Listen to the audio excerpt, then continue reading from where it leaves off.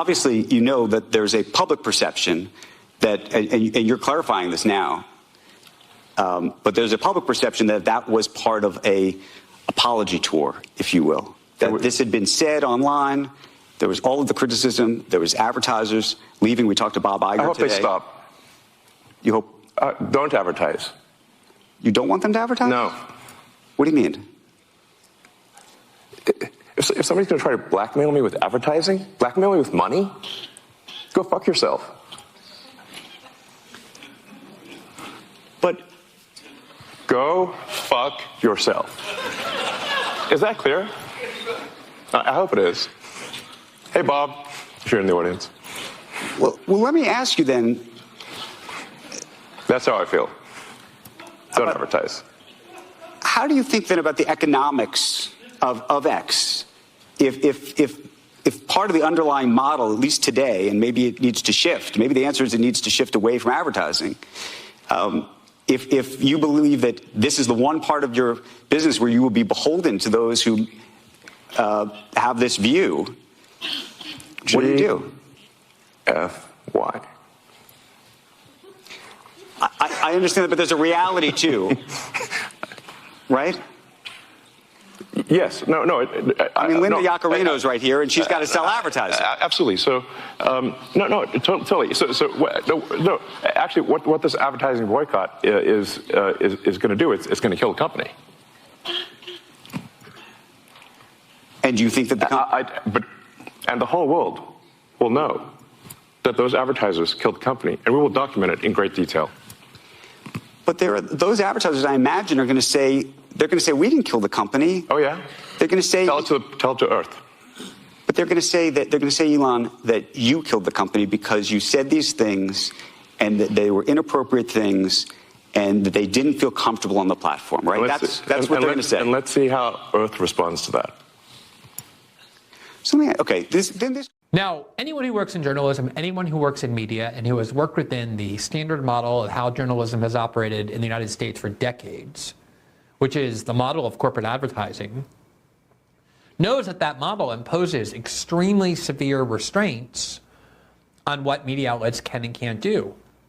There are certain journalists that they can't hire because the journalists will say things that will offend corporate advertisers on whom they depend in order to survive as a media outlet. Of course, relying on corporate advertisers severely restricts the kinds of opinions you can air, the types of perspectives you can permit, the kind of reporting you can do.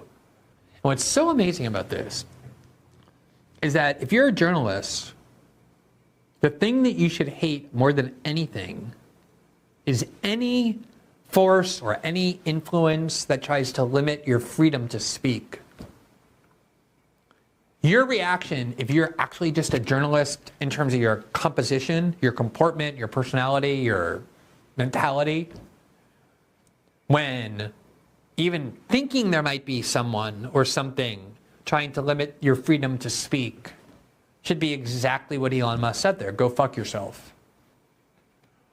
There was only one time in my entire journalism career when I perceived that somebody was trying to limit what I wanted to say. That was when The Intercept refused to published my article right before the 2020 election that reported on and analyzed the documents from Hunter Biden's laptop and what it revealed about Joe Biden.